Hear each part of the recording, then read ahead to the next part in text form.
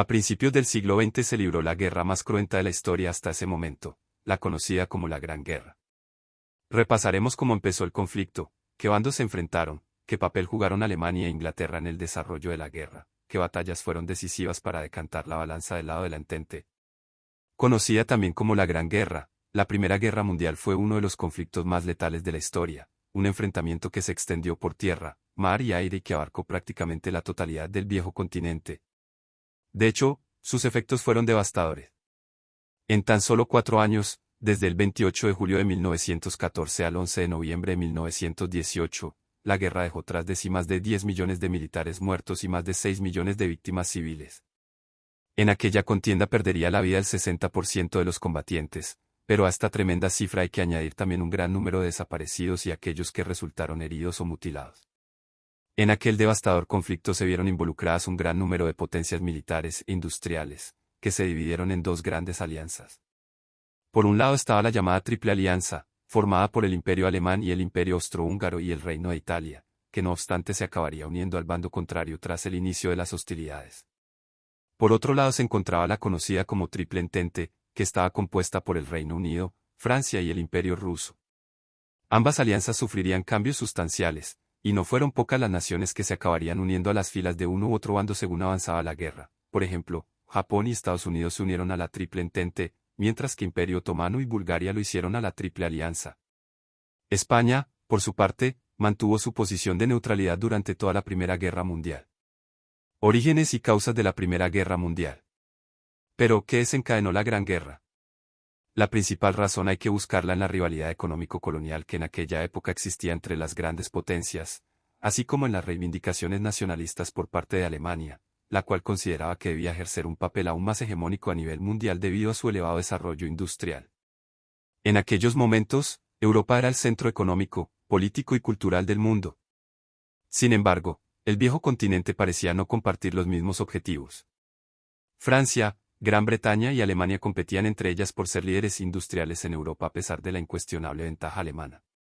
Por su parte, Rusia, los imperios austrohúngaro y otomano y las pequeñas naciones balcánicas habían empezado a modernizarse a pesar de que la mayoría de su población aún vivía de la agricultura. La rivalidad económico-colonial que en aquella época existía entre las grandes potencias, así como las reivindicaciones nacionalistas por parte de Alemania fueron los detonantes de la contienda. Así, la principal causa del estallido de la Primera Guerra Mundial debería buscarse tanto en la necesidad de hegemonía política y económica de las principales potencias industriales, Francia e Inglaterra por un lado y Alemania por otro, como en la exaltación nacionalista en los diferentes conflictos territoriales. La unificación de Alemania en el año 1871 la había convertido en una gran potencia que amenazaba de manera directa los intereses económicos tanto de Francia como del Reino Unido. Alemania se hallaba en plena búsqueda de nuevos mercados y pretendía ampliar su imperio colonial, todo lo cual ya había provocado tensiones, puesto que el reparto que habían diseñado Francia y Gran Bretaña distaba mucho de las pretensiones que tenía Alemania en aquellos momentos. Tanto Francia como el Reino Unido eran dueños de amplias posesiones por todo el mundo, e incluso algunas naciones más pequeñas y no tan ricas como Bélgica y Portugal dominaban zonas mucho más extensas que sus propios estados nacionales. Por su parte, el Imperio Austrohúngaro carecía de colonias mientras que Alemania únicamente pudo conseguir, tras muchas presiones, Togo, Camerún, el desierto de Namibia y la actual Tanzania, 4 territorios africanos sin apenas riquezas y con escasas oportunidades económicas.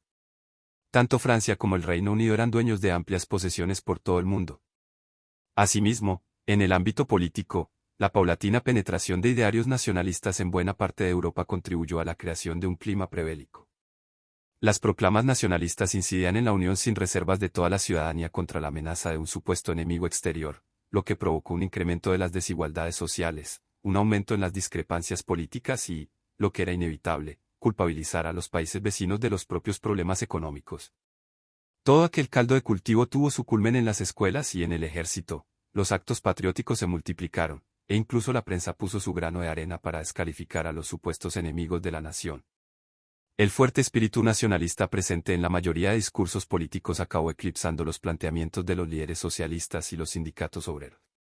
Por ejemplo, las reivindicaciones territoriales que proponía el nacionalismo francés, devolución de Alsacia y Lorena, en poder de Alemania, o el nacionalismo italiano, la devolución de las regiones del norte de Italia, en poder del Imperio Austrohúngaro, calaron de tal manera, que la ciudadanía creyó en la necesidad imperiosa de hacer lo imposible por liberar e incorporar de nuevo esas regiones a sus respectivos países. Europa Central y Oriental no fueron una excepción. Las minorías que vivían en los Balcanes empezaron a reclamar la creación de un Estado propio, mientras que Serbia y Bulgaria pretendían ampliar sus fronteras para acoger a todas aquellas personas que habían emigrado en el pasado, algo que, por otra parte, chocaba frontalmente con las pretensiones de los imperios austrohúngaro y otomano. El empleo de las armas químicas durante la Primera Guerra Mundial. Mientras tanto, en el frente, a medida que la guerra de trincheras iba avanzando, ambos bandos empezaron a evaluar sus opciones de victoria. El encargado de supervisar las operaciones alemanas era el jefe del Estado Mayor Erich von Falkenhayn, que prefería concentrarse en ganar la guerra en el frente occidental ya que consideraba que se podía conseguir la paz por separado con Rusia. Aquel enfoque contrastaba con el del general Paul von Hindenburg, que deseaba, por el contrario, dar un golpe decisivo en el este.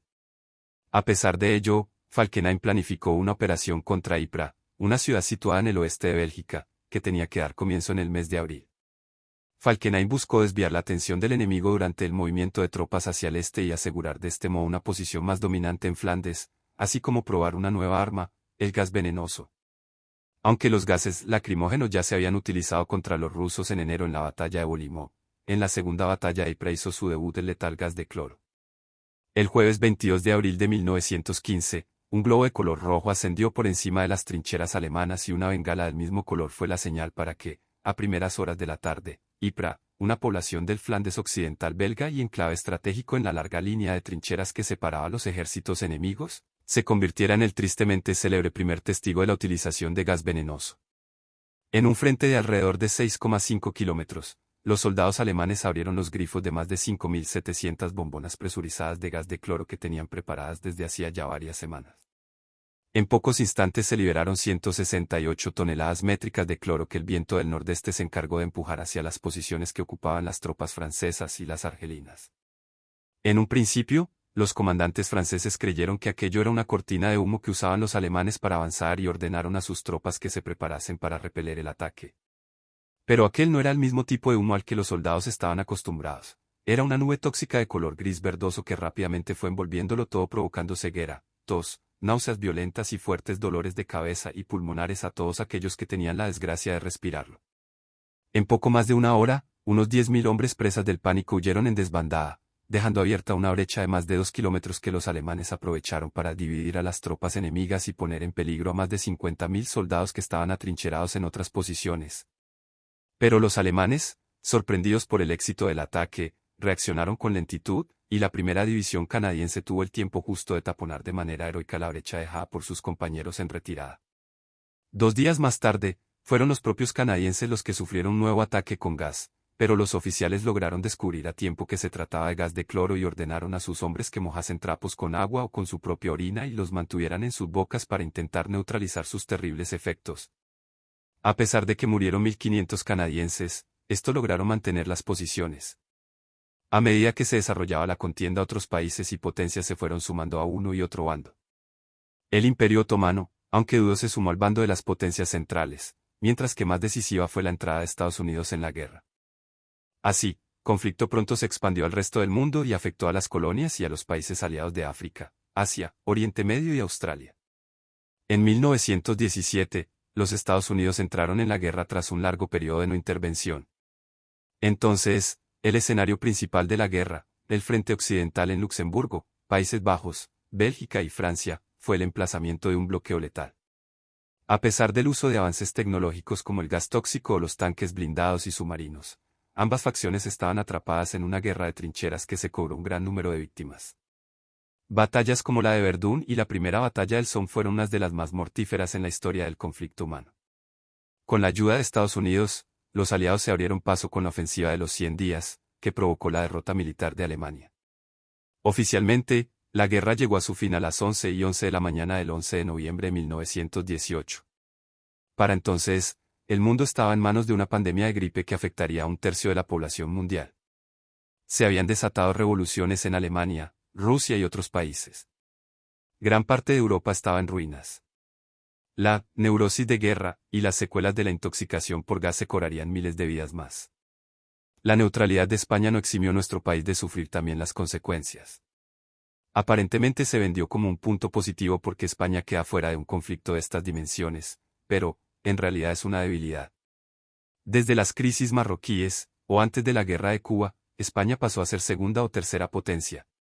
La dimensión colonial que tiene España prácticamente queda reducida a la guerra de Marruecos, explica Gómez Bravo. Aunque el mundo se comprometió a no permitir que ocurriera otra guerra como esa, se sembraron las semillas del siguiente conflicto con el Tratado de Versalles, que fue humillante y punitivo para los alemanes y contribuyó a preparar el terreno para el auge del fascismo y la Segunda Guerra Mundial. La tecnología que había generado la guerra se emplearía en la siguiente guerra mundial solo 2 décadas después.